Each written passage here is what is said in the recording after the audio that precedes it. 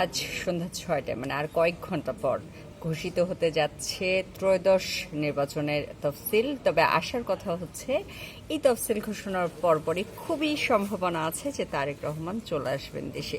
সেটা হয়তো ডিসেম্বরই হবার সম্ভাবনা অনেক বেশি, এবং তফসিল ঘোষণা হবার তুরন্ত বাদ মানে আজকে বৃহস্পতিবার, তো হয়তো শুক্র শনিবারের ফ্লাইটেও উনি চলে আসতে পারেন। এটা আসলে বিচিত্র কিছু হবে না।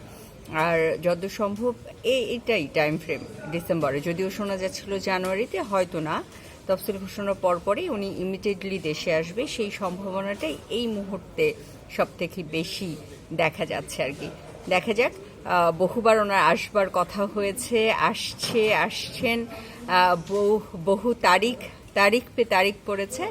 এবারের তথ্যটা কতটুকু সত্যি হয় এটা আমার নিজস্ব সোর্স থেকে দেয়া তথ্য আপনাদের সাথে শেয়ার করছি।